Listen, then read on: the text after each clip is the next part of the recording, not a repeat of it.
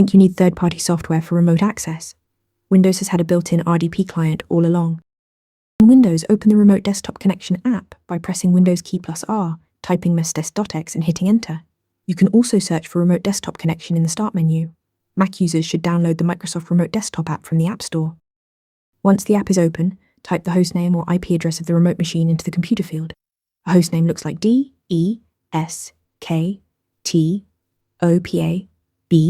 C1, 2, 3, while an IP address looks like 192.168.1.50.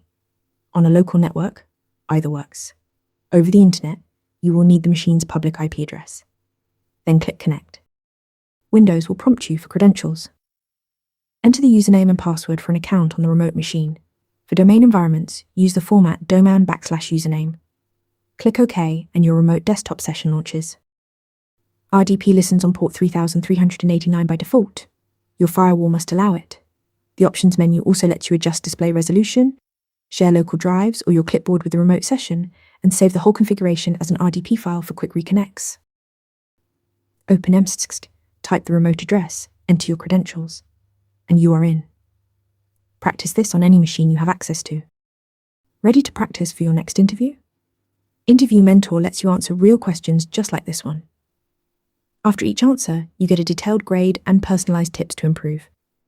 Watch your scores climb as you keep practicing.